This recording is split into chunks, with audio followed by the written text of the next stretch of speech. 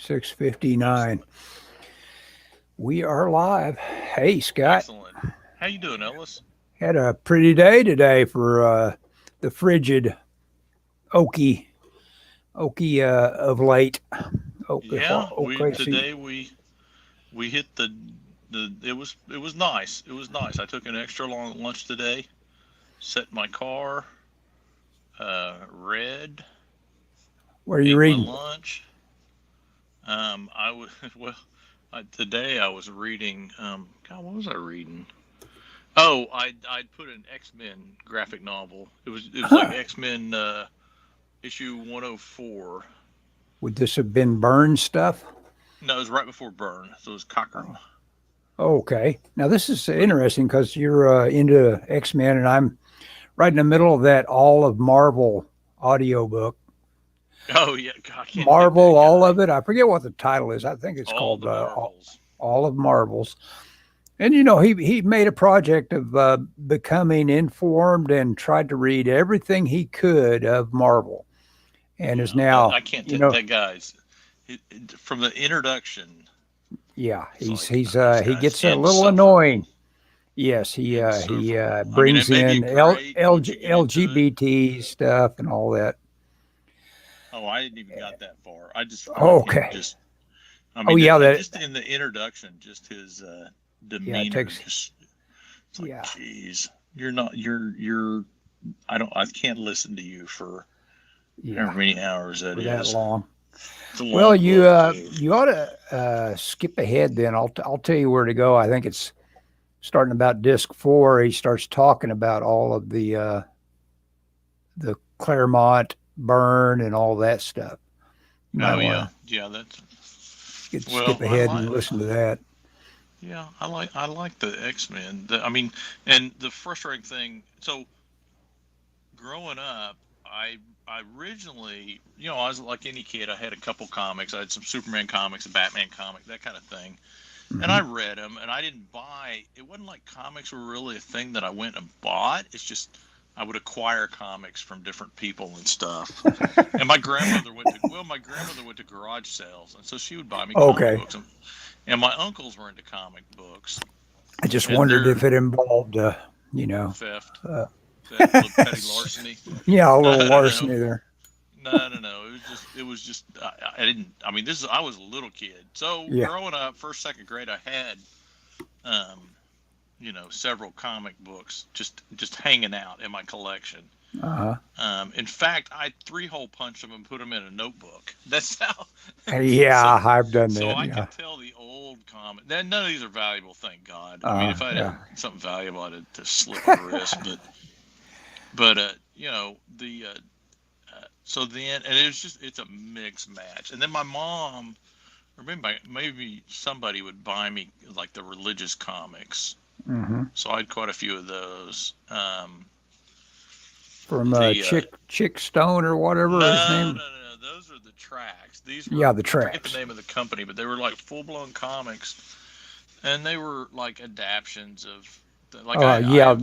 the Bible stories. Yeah, yeah, I think I've Well, seen those. or no, it's more like adaptions of book, like one I had as a kid, and it's a great book. Is a book called God Smuggler, about a guy that smuggled Bibles through the Iron Curtain, like in the 50s and 60s, Hmm. and and I and I had that as a kid. I probably still got it. It's probably still like, I should pull it out because I've read the book since then. The book is great.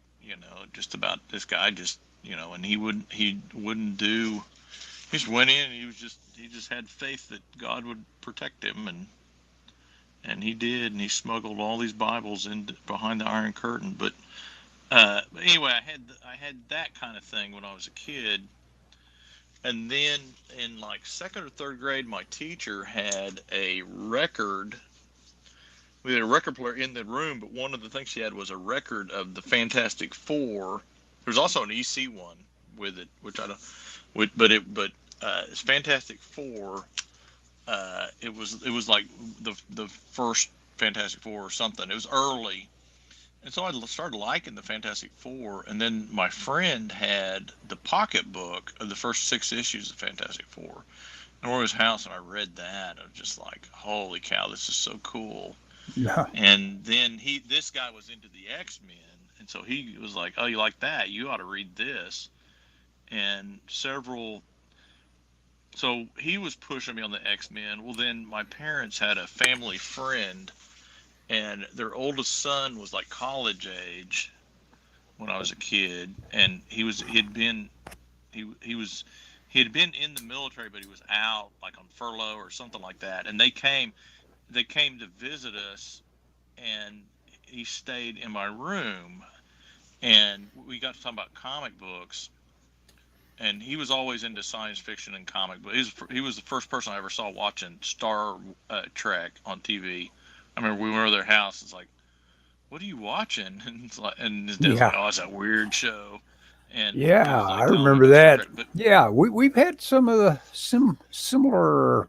It's interesting as much as part as we are. You have some similar touchstones as I do. Yeah.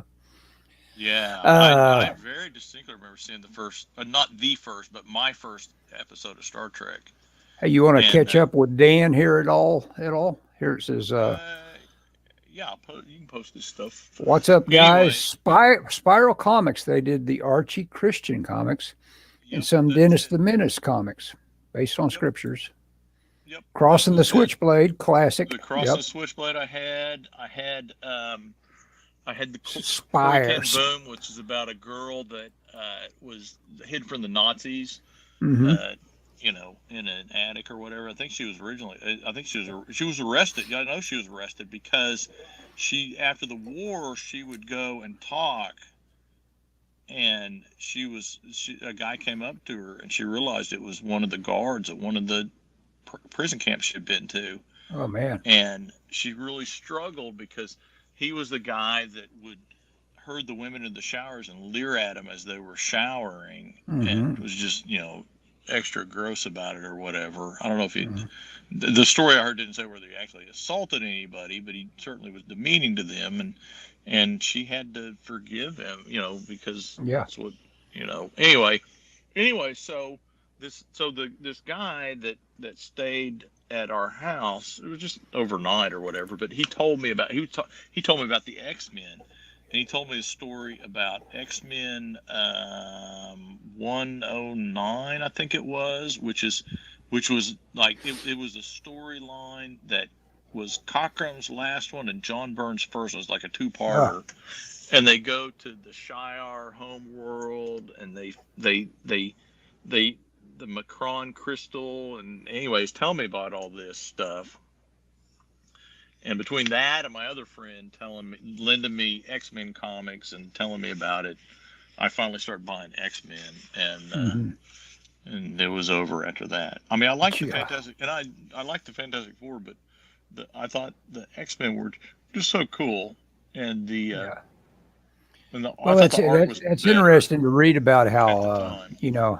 how long Claremont reigned on that thing.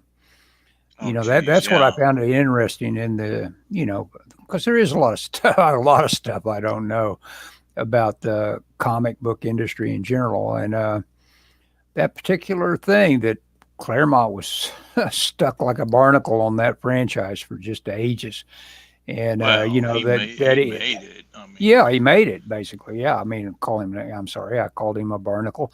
If yeah. if you're the one that If you're the barnacle, spontaneously generated all the incredible response, you don't call him a barnacle. But he was there a while anyway. I mean, he was. yeah, And of course, and he also didn't necessarily run it in the ground, but he decided to go with ideas that didn't transition to being the giant ideas toward the end. It was well, I think I forget. I don't.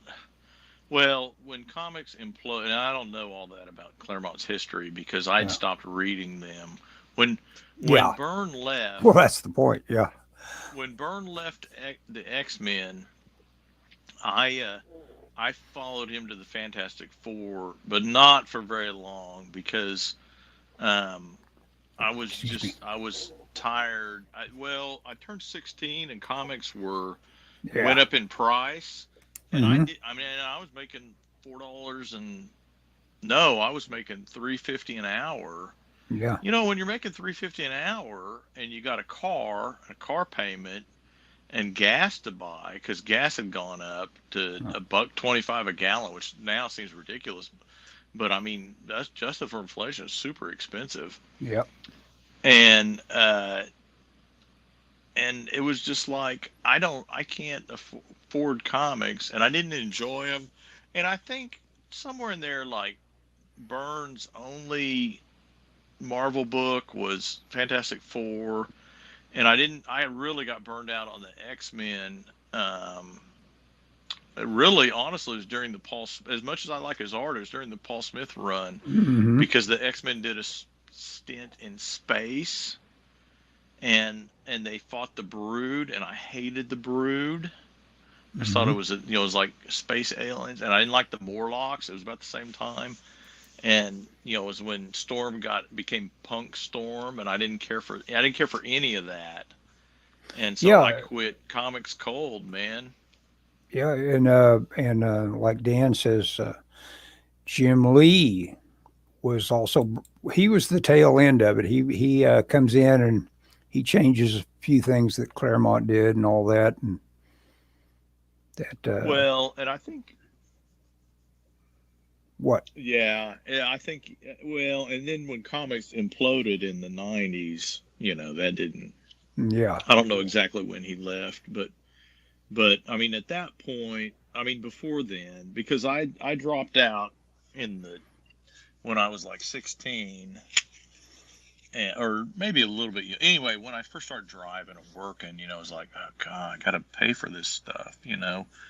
And none of my friends, well, only Dave was my only friend that read comics, Mm-hmm. and and I got into cars, and and working, and it didn't really, when you're 16, you're more interested in, at least when I was a kid, you're more interested in cars and girls.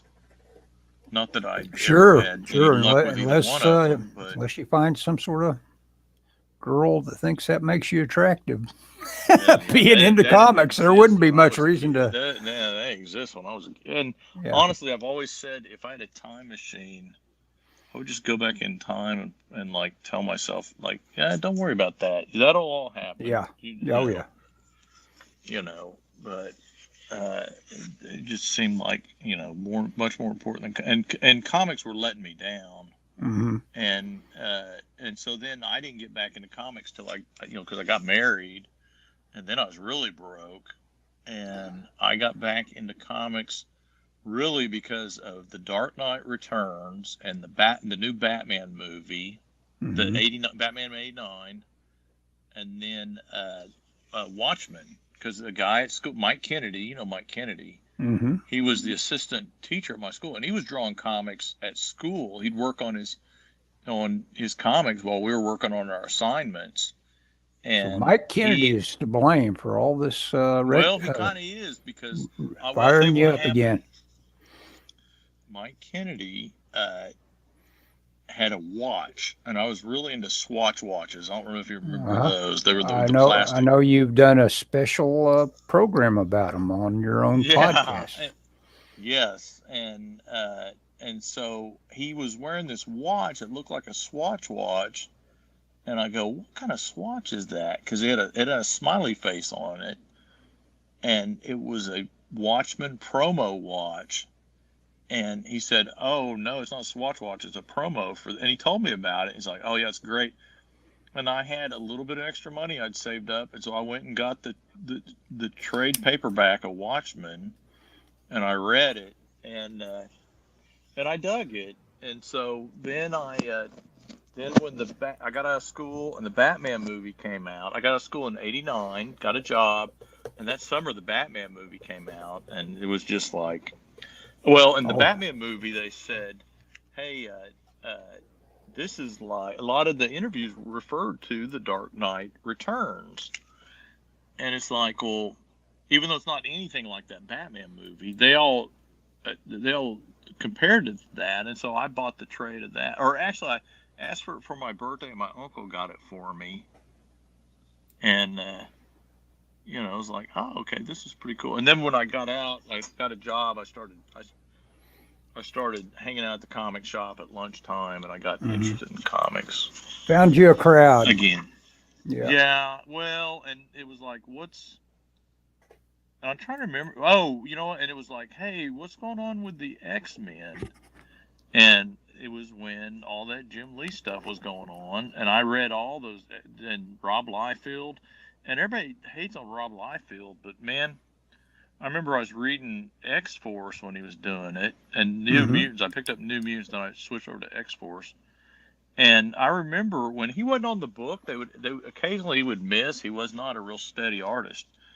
And man, whoever they got for fill-ins, I don't know if it's people aping his style or what, but it's like, this guy's terrible. Yeah. Which is pretty funny. If Liefeld's doing the character designs and everything, you kind of have to try to ape him a little bit. You kind of stuck with aping him, I would think. Oh, well, everybody had to ape Liefeld because his stuff was selling. I mean, that's that Herb Trimpe book that I have. Herb Trimpe lost his job at Marvel, and at the end they were telling him, "You got to draw. Can you draw?" His editor was like, "You're going to trying draw to give more that like do guy." that image look, yeah. Yeah, and his stuff, and I don't know I don't know. It's comics suck. It really was a time for a whole change that that did go on when the image hit, which it just became a super rendery time. I mean, if you couldn't. Yeah, and the industry does that, and unfortunately now we're in this time where it's like, what in the world is this? I see super rendering. What was that very famous inker he was also a good artist that, I mean, you just couldn't touch that guy that was inking most of the image stuff. There was Danny Mickey was one. Scott Williams became Jim Lee's inker.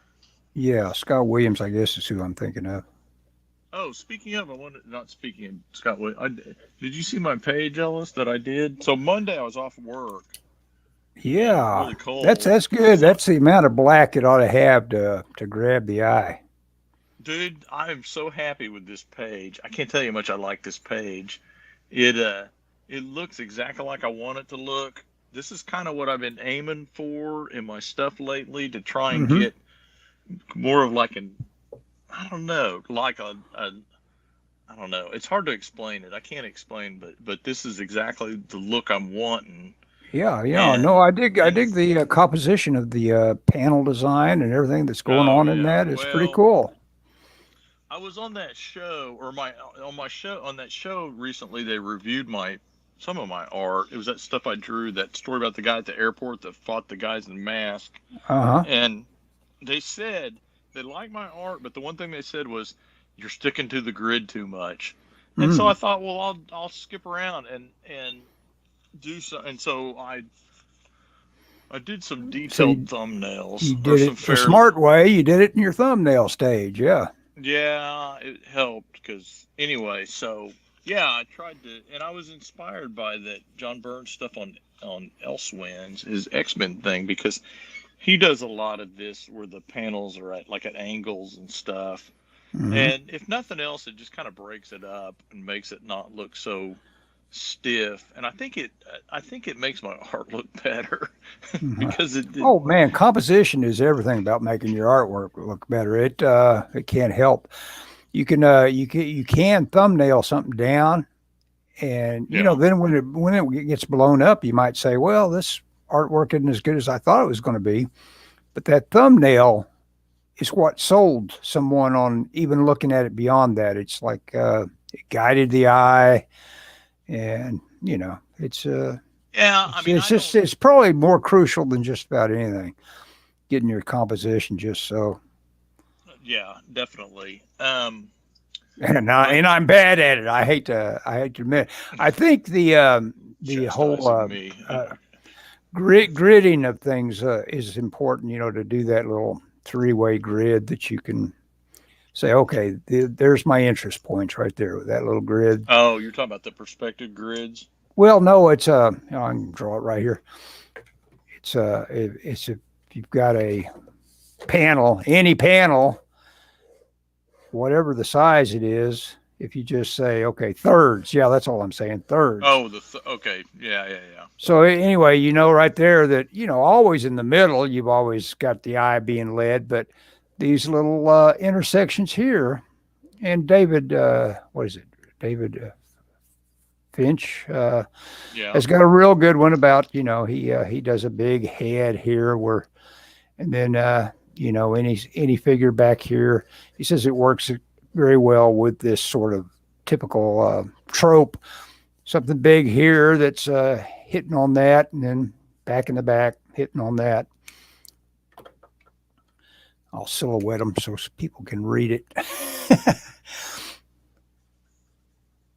Anyway, so I did this page. I was off Monday, and or the other page, the finished page, and I had my thumbnails, but I didn't have any pages laid out or anything. So I started, and I had about most of a day because it was so cold. Yeah. And I knocked it out. I got about, I don't know, I got 4 or 5 hours in this page, and which I thought wasn't too bad. No, that's not bad at all. It's not Kirby, but it's not bad at all. No, it's not Kirby for sure. But hey, and my pages aren't Kirby. See if I need to catch up with Dan here. I may be waiting. Yeah. Oh yeah, Alan Moore. Alan Moore is only going to be on Swamp Thing for just so long. Yeah, and about the Watchmen, just lately, there's been this long thread about how Rorschach is the only good character that Moore wrote in the Watchmen, and of course he didn't write him though. Yeah, he just stole it from Ditko. I stayed interested in comics because I discovered EC Comics, and I read Will Eisner's Contract with God. Trippi's FF quarterly books, they were a train wreck. Fun Roy Thomas stories, but it was Herb not being himself. Yeah, it's sad. I mean, he was so it just pisses me off. And here's what happened out of all that. So the Image guys got rich and popular, and then anybody that didn't draw like them they're basically told you got to draw like that. Well, then when they left for Marvel basically decided they'd never put themselves in a position to where artists, because when they left, Marvel stock went down.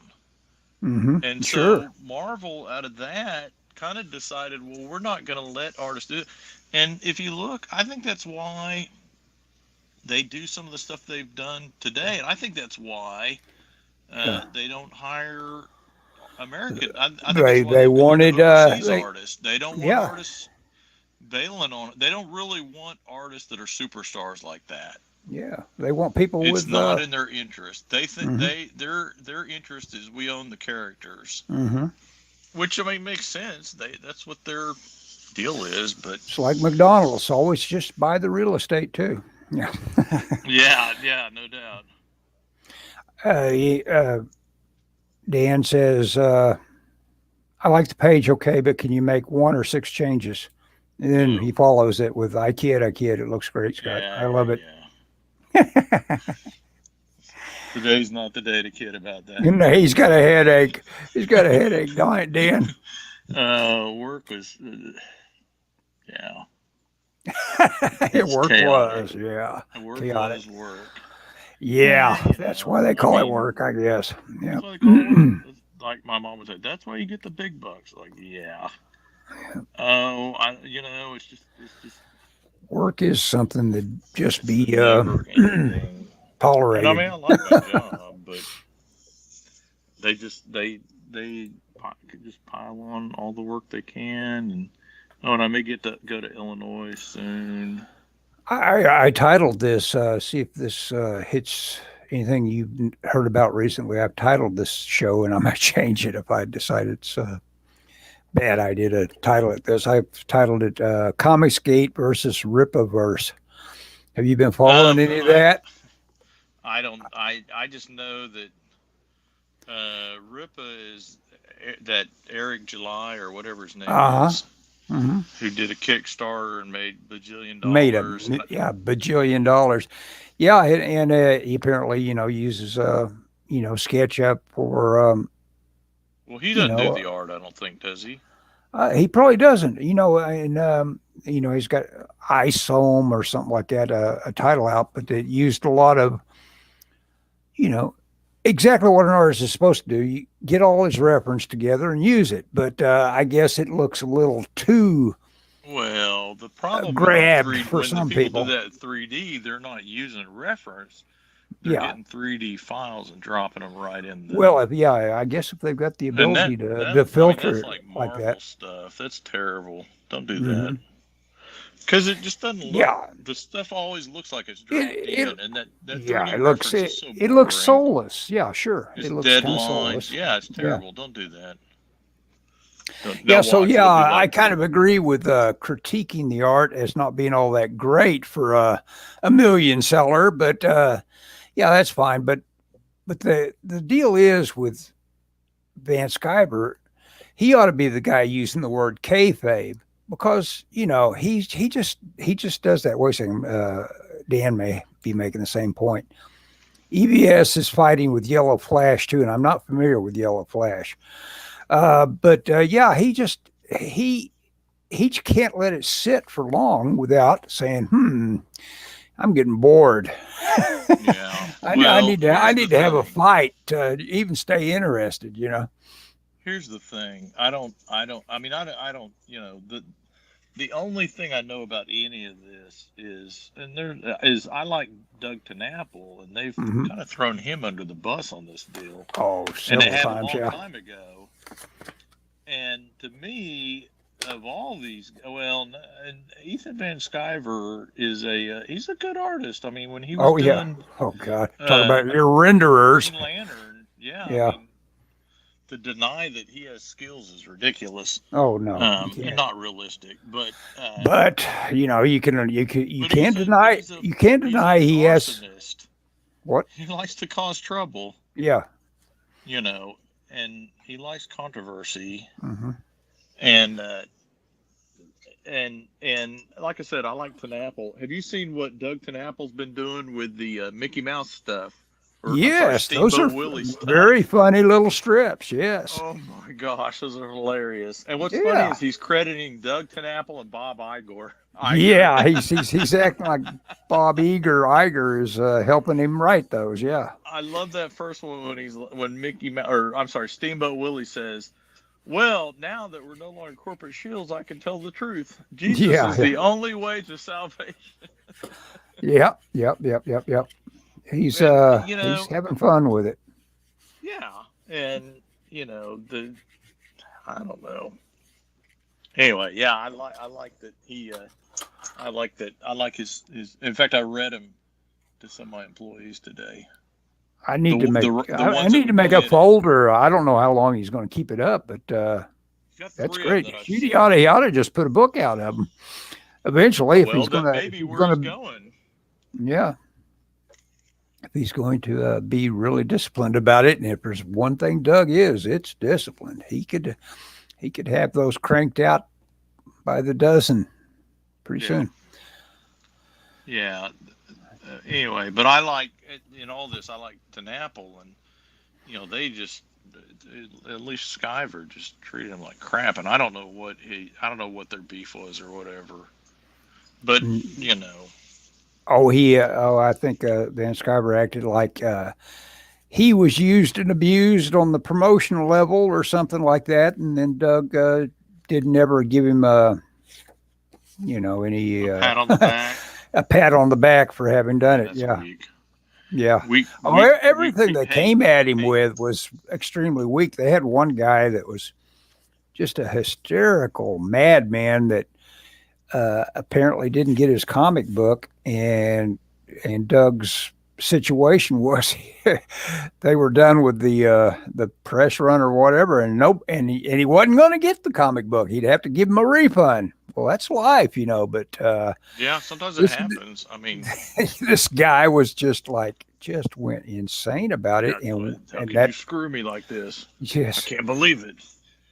Oh, here we go. Wim wants to tell us what it's. This is all stupid crap that is both sides' fault. I'm tired of all this. Haven't watched Yellow Flash in about a year, but he's still going downhill. That's the deal. Another part of the advantages that are present in getting fights going is I was forced to say, well, now I've got to watch 3 or 4 of your videos to see what the heck you guys are talking about. And so, if it gets you on that level, you say, okay, yeah, I'll dig back into your stuff that I haven't been looking at.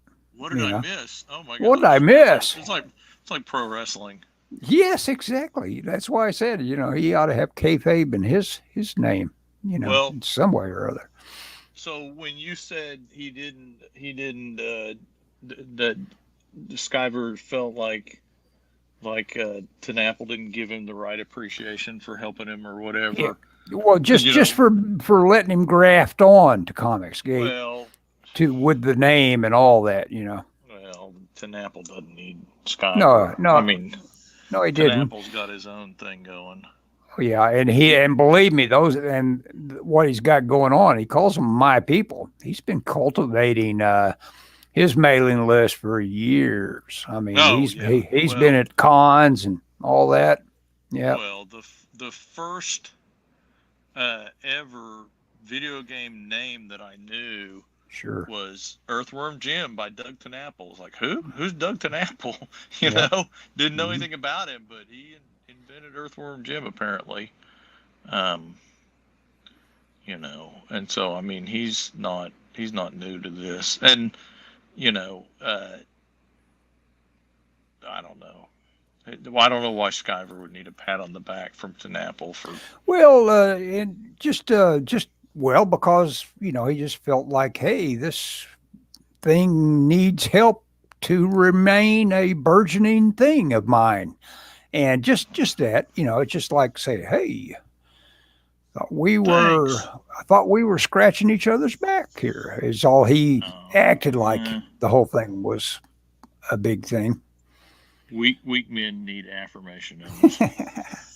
Did you see that MMA guy that was, you talk about he was just going off on this one guy and about Canadians and all this and about, he was a Canadian journalist, and he decided he was going to be the quiz master on everything this guy that was talking to him from Canada believed in himself, because he wanted to talk about his controversial stuff he said about Bud Light and Dylan McVaney and all this stuff. It's pretty good. You ought to check it out. It's some viral stuff.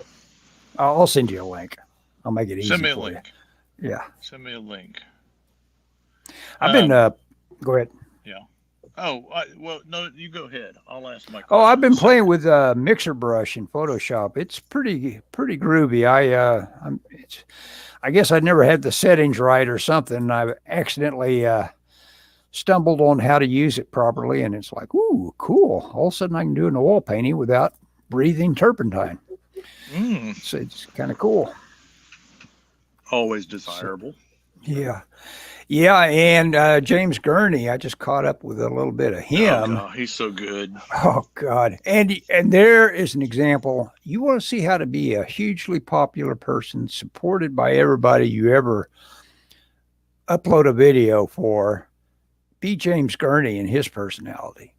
Because he's just got this beautiful personality. You say, I want everything that man's got, Yeah. Oh, and he's so good. Yeah, oh, yeah. BNCG, I know more of that. So, you are Comicsgate, Wim. You consider yourself a Comicsgate. Doug getting banned from YT hurt me watching him and getting that side. What? Oh. banned from YT. YouTube. Oh, banned. Oh, yes. Oh, yeah. He getting banned from YouTube. No, no. He is Mr. Entrepreneur on YouTube at the moment. You aren't getting his stuff. He's I guess not. You need to I'll send you Doug in Exile and is that what it is? Doug in Exile. Doug in Exile, and you need to subscribe and be notified like me, like the world needs. Does he What the talk world politics needs or does now. his Just poor Doug? he's doing the smart thing of just having a little snippet. He's doing exactly what everybody that does tutorials on how to do YouTube told him to do, and he's just doing it. He's doing little snippets with great thumbnails, and he just gets the news of the day and tells you his viewpoint on it. And it's making him money, a lot of money. Making that money. He's got the numbers now, and so the money flows. Hey, do you still watch the Woo? You know what? Woo? That's amazing. That just tells me you are psychic, because I was going to bring up the Woo today. How'd you know? And because I haven't been watching him, and I was going to have to get okay. Yeah. We watch him all the time because if he does a video a day, I mean, he'll never run out of content unless you just watch hours of him a day. But and that's part of the secret, is that will always continue to earn him some sort of money. Except he's going to stop doing a daily video. Yeah, he's also one of these guys that one of his tropes is, I need to talk to everybody, because he's got some big event coming up that he wants to share, with his fans. Well, he's got to tell you about it. So you introduced me to him, not literally, but you mentioned, because you were talking about, I forget where we were, and you're like, oh, look, a trash can. And you're like, oh, I'm like Adam the Woo. And it is, exactly. It's like, oh, look, a tree. Yeah. Hey, wait a second, Scott. I wanted to tell you, your guy, Dan, our guy, Dan, he says, got to roll, guys, working on a piece for Back Issue that I need to polish. Name dropper, Back Issue magazine. Awesome. Scott, keep up the great work. Working on chapter 5 soon. So I guess he's out of here. Awesome. Mm-hmm. So he moved to Florida. I don't know if you knew that or not. Oh, yeah. Not Dan, but Woo. Yeah. He moved to Celebration, Florida, which is the town that Disney he dropped his other lease in California. Yeah. Right. And he's moved. He had an apartment, but he's in the process of buying a house or a condo or something. And he's moved. He was downtown Celebration. He's moving, and he's saying he's not going to travel as much, and he's going to do. He's not going to do a day. He's like the end of the year. He's going to give up doing the Daily Woo, which I've told my wife that on the surface that looks really cool. Oh, he's going to Disney World. He's going here. He's going there. But man, that a daily would be a grind. And he very early learned that to take advantage of all these incredible little apps that let you do it right in your little portable devices. He was doing editing right in his phone and all that. Early on, I think he got much more sophisticated as he went, but and it's not a matter of sophistication. It's just his desire to do better. Better content. But he's fascinating and a great success story of what it takes. All you have to do is look at his example and say, well, if I could do that. And he's always, you talk about your guys that appreciate each other doing the same thing. He's always a big one for bringing a guy on doing exactly what he's doing, and they meet up. Yeah, when he's places, he'll meet up with people and be like, "Hey, it's so and so. You guys go to his channel. He does exactly what I do. I don't care. He's not a competitor. He's just cool. No competitors. Because he does what I do. Yep. That kind of came out like simple shape. The mixer brush is cool because one of the best things you can do is to work out a drawing completely do no rendering, just work it out in the big shadow light realm of shape, and then start in on your painting, and that makes it look like a painting to not let yourself have any sort of detail other than there's a lot of detail involved in figuring out completely the shadow shapes, but because obviously you can read exactly what you're looking at when you've got the shadow shapes figured out. Yeah, you don't even have to have any lines in the light, and you can still figure out everything if you've got the shadows blocked in.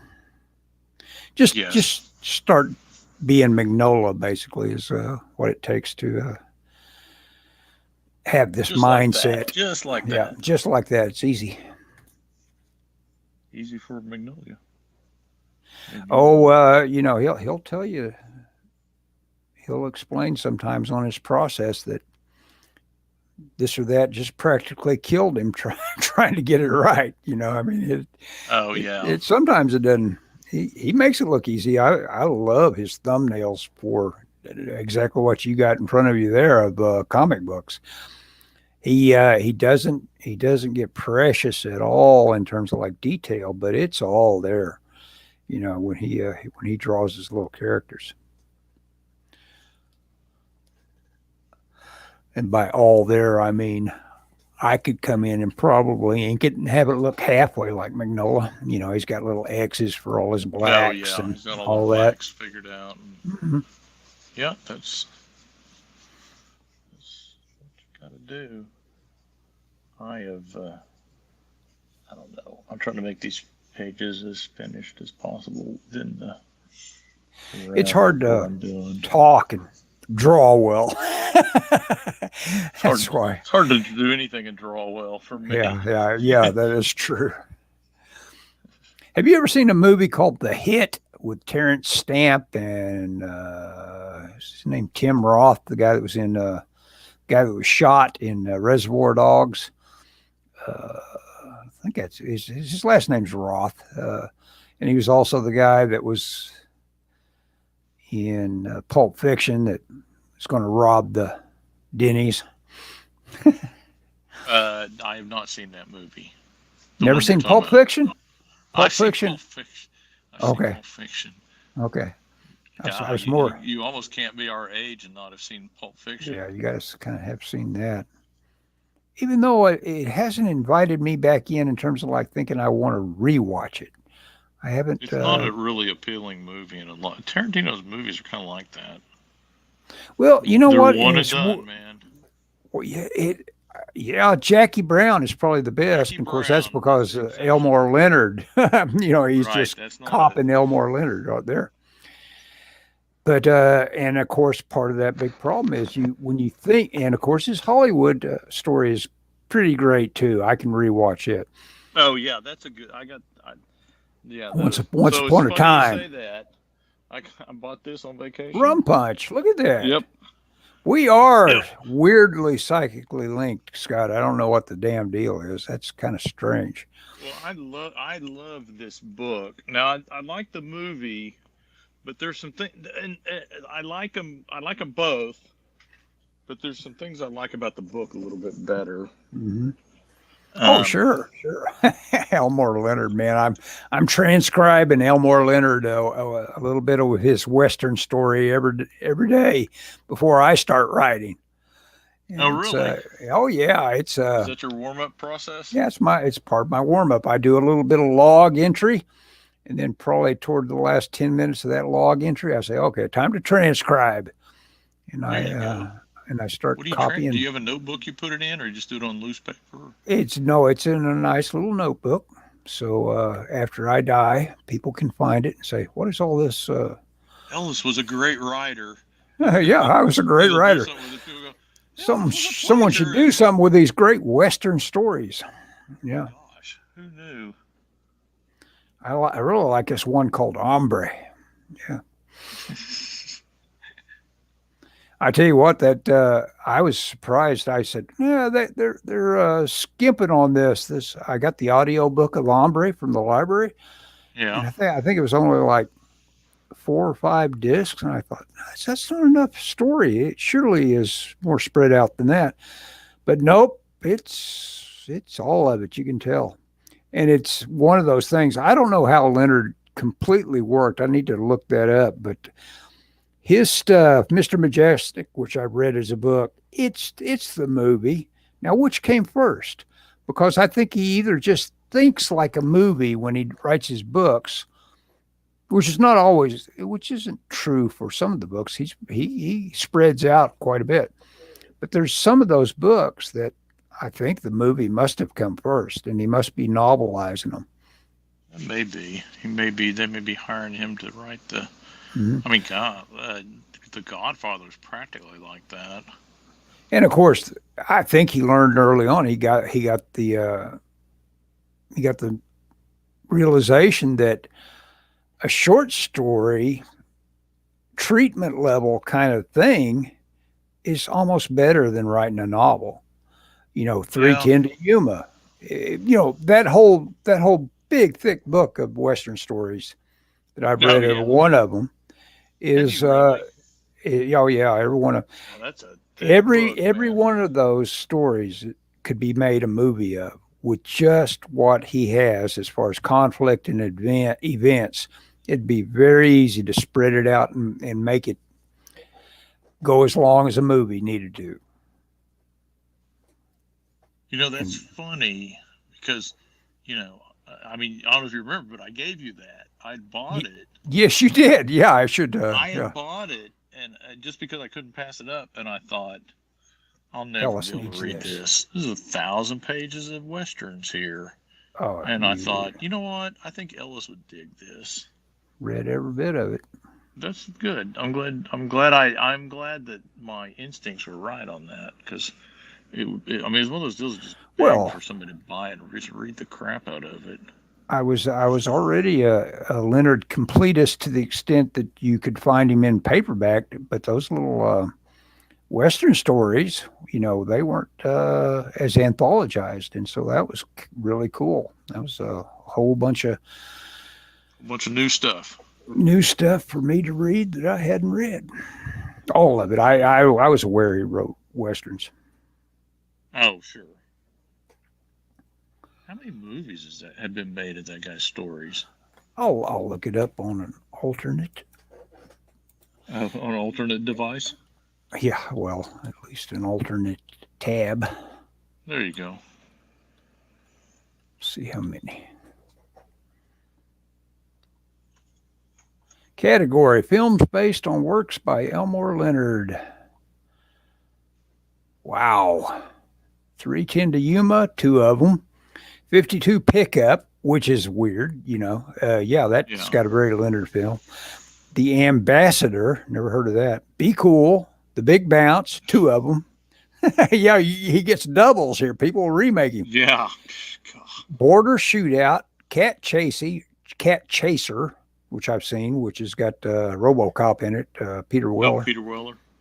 Freaky Deaky, which is a great book. I don't know if I've seen the film. I think I started to watch it. Get Shorty, of course. Hombre, Jackie Brown. Kill Shot, which is a much better book than the movie. Last Stand at Saber River, which I've never caught up with, but it's got Tom Selleck. Oh, really? Mm-hmm, yeah. Well, Tom Selleck for Westerns, eh? Life of Crime. Never heard of that. Mr. Majestic. And this one, under the M's, you can't find this one. I'll have to recheck. Maybe it's become available. You should be able to find everything at this point. But The Moonshine War, which is a great little book, but he talked about how everybody knew they'd made a bad movie. And, he's always, he's just outside, but he's put in the loop pretty often because everybody admired his work. And, he was very aware that one went south. But it's got the prisoner in it, Patrick McGoohan. Oh, really? Yeah, and it's almost. Oh, and it's got another one of your favorite actors, Alan. Get it right, Alan Alda, is in it. Oh, I love Alan Alda. Alan Alda, Patrick McGoohan ought to be great, huh? Ought to be. Out of Sight. Oh yeah, and written by Elmore Leonard. Out of Sight, of course. Stick. Oh, Stick. That's the Reynolds film. Yeah. The Tall T. Touch. Oh yeah. Now, Touch is interesting.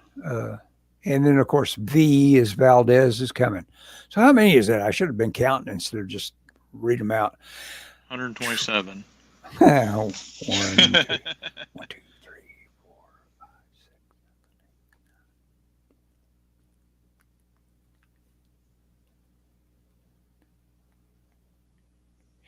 Well, 23, but of course you got your doubles, so you could subtract 2 from it. That's 21. No, you don't subtract. You don't subtract the doubles because they made the movie. No, he got paid. 23. Yeah, he got paid. So yeah, what a man! What a man! And I met him one time. I got his. I got one of his books signed. Really? Yeah, I went to a signing, and that was pretty groovy. California? Yep. Pretty groovy. I was just had chills, and he looks so slick and so cool. Oh yeah. But I guess he's probably only alive another. It was, I think, up at Honey's room that I had him sign. You know, one of his later books. Yep. And I told him, I just made some, I forget exactly what I said. It's just something about Cuba Libre, which I just recently read. Okay. And I forget what I said about it, but he stopped for a second, paused, leaned back, and gave me a moment in terms of like reacting to my whatever I said. Yeah. So which is funny. Cool. I met William Gibson at New York Comic-Con one year. Mm-hmm. And just through a weird fluke, I had a hardcover of Neuromancer that I had brought with me. I'm not even knowing he was going to be there. I just brought it to read on the plane. Mm-hmm. I get there, and there he is. You are psychic. And I go, and so I wait in line. I go to talk to him, and I told him, I go, everyone loves Neuromancer, and it's good and it's groundbreaking and everything. I said, but honestly, I think one of my favorite things you've written is pattern recognition. Ah.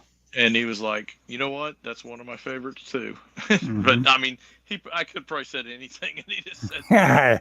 Well, when you're, you know the basics of meet and greet and all that at the old con table. You're pretty good at it. Just grind through them. Yeah. So, well, you are my favorite person right now. Yes. Yeah. That's ideally you would want whoever you're talking to think. This guy is. We made an instant connection. Yeah, and we're not being the least bit phony. Yeah, right. And you aren't being phony. You're enjoying this guy talking to you. Yeah. No, it's cool. I'm glad I met him. I'm glad he signed my book. He's mm-hmm. He's no Elmore Leonard, but well. Leonard was amazing for how much output he did, Yes, he was prolific, and there's other writers I like kind of in the same neighborhood, but like Charles Willeford, but just miserable as far as output. He's just he's obviously a lazy man. He just and for good reason, he literally was jumping freights and stuff like that. He knew what it was to go through the Depression, and he latched onto the military and never looked back. He stayed in the military in some way or other for that check for most of his natural life, and then got out with, I think, two retirements. So he's cool. And then our fellow Okie, Jim Thompson, was more of the prolific type, and that movie I was telling you about, the hit, the director of it, Stephen Frears, I believe it is he directed the Grifters. I don't know if you've ever seen that. That's a Jim Thompson story. And of course, those are all real dark and yet to be done. I was kind of I didn't know much about Alec Baldwin's version of The Getaway, which is Jim Thompson. And I had high hopes that maybe, maybe they veered into the Jim Thompson story more for it. And no, it was just a remake of that great Walter Hill script. It's like, no, we're just going to do the McQueen movie again. Right. And that's exactly what they did. When Isn't you've got Alec Baldwin in that? Yes, Alec Baldwin and his then or soon to be wife. I think they were married by that point. Yeah. I don't guess they're married now. No, pretty sure of that. I don't believe so.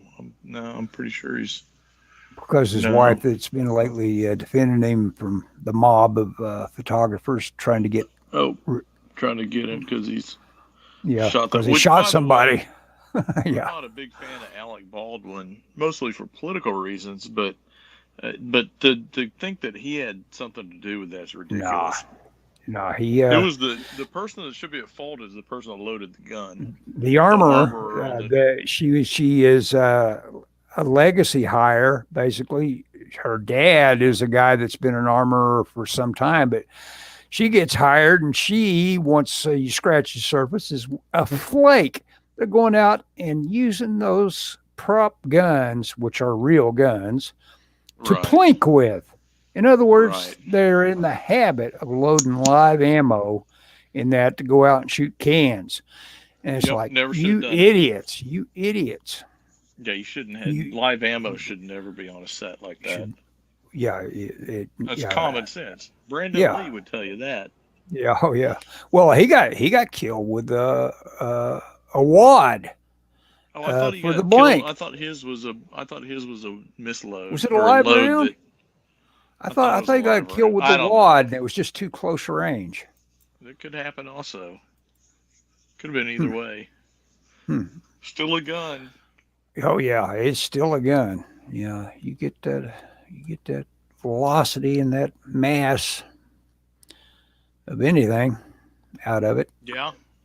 When I was a kid in track, the first day of track, they told us, no matter what you do, under no circumstances do you touch a starter's pistol. And they told a story about a kid that came across a starter's pistol, which a starter's pistol does not even have a barrel on it. I mean, it's got a barrel. It looks like a pistol, but the barrel's solid. It just shoots it can only shoot a blank. Oh, you know what they did? They outsmarted themselves. I'm reading it. Lee died from a wound. Oh, yeah, it can shoot. Yeah, it can shoot something else with that load, that charge it's got in. Lee died from a wound on set caused by a firearm malfunction. The lead tip of a bullet, so this would have been a cosmetic thing, so you think you've got a loaded gun when you're shooting a film. It had stayed in the barrel of the handgun and ruptured the vessel. Yeah, they got shot a blank out of that thing that had that prop tip on it. And it shot the tip. Yeah, shot the tip into him and ruptured a major blood vessel. Well, in track, they told us that there was a kid that found a starter's pistol and goofing around, held it to his head and pulled the trigger. I'm going to shoot myself. Christmas. And the blank, he got killed with the wadding from the blank. Even though there wasn't even a barrel, but there was enough of an impact that it hit him in the head and killed him. Of course, he held it right to his head, which just that concussion is going. If you had him in infrared, you see his brain ripple from the concussion. Well, and this is probably a kid that never shot a gun or was never around it because he has no respect for him. Good Lord, you don't put it that close to your ear. I had my brother bought something he thought he wanted. Just a very high caliber hunting rifle that you'd go out and kill elephants with, I guess. But I went out with him to this river down in Gravely, Arkansas, and he set up, I had a good bank behind him and all that. And when he shot that thing, it was like one of these 50 calibers going off. And it's like, my God, who'd ever want to shoot that? There's nothing I want to kill that can't be killed with something several steps down from that. Right. That doesn't make my head hurt. Yeah. It doesn't scare me. I mean, it scared me to even be around something that powerful. That's good. That's what you want. Yeah. You know, a gun that'll scare the crap out of people. They've got all these things where these people. That seems like the most typical wounding when people get a hold of these 50 calibers to shoot, and the breech blows up. You know, you're trying to shoot a cannon, and you're trusting these guns built like a rifle to hold up to all that pressure. Yeah, good luck. So yeah, I hope a whole lot of firearm enthusiasts see this and realize that I'm an idiot. No, I'm a big Hickok 45 fan, and like I say, I was raised around guns my entire life. But I've got a couple of cheapo guns. I'd buy a much better gun if I had, burnable money. Better income. Yeah, better income. I'd buy a couple of nice guns. But wouldn't we? I've got a couple of $100 guns. I've got a single shot 410 and a classic Western designed 22. Is it 6 or 8 shot? I think it's only 6 shot. Right, 6-shooter. Yeah. Some of these little 22s they make that shoot about 12 shots would be fun to have. Yeah. I've always thought I wanted a 38 snub nose. Oh yeah. Well, I tell you, once you shoot one of those at the thing before you buy one, because the recoil they aren't heavy enough in that short little barrel. I mean, they look great coming out of the pocket of some detective in a movie, but they aren't much fun to shoot. Yeah, I had one. I was thinking didn't you sell it? Or not? Yeah, I sold it to a fireman. He was very happy with it. You can't put out a fire with that. I think start one. Yeah, that's true. Oh, Ellis, we're out of time. Are we? We sure are. Wow. Time flies. Well, I got a little bit done. We had fun. Yeah. And how's your headache? Look at that. You got a couple panels in it. Still there, huh? Well, then you worked right on through it. I tell you what, that is the mark of a pro. You worked right on through some pain. Pain in the noggin. That's almost as good as working through being tired. One of my employees came to work today and he goes, I'm exhausted. He couldn't sleep because his mattress is lumpy. He said, I need some soup and a nap. Hey, Wim's got some guns. He says, I'm sitting here just a few feet away from 2 ARs and a Glock 17. Yeah. Nice. Glock 17, I believe, would be 9mm, right? Or is that something else? I don't know, but I would assume so. Well, it can be a 40 caliber. It can be 40. I forget how many calibers. They make quite a few. A couple anyway. Okay, well, Scott, I don't know. We could wait for Wim to tell us 9mm. That's okay. Here we go. You ready to bail? Yeah, I'm ready. Thanks, everybody. Thanks, Wim. Yeah, thanks, Wim. Out there somewhere. He's out there.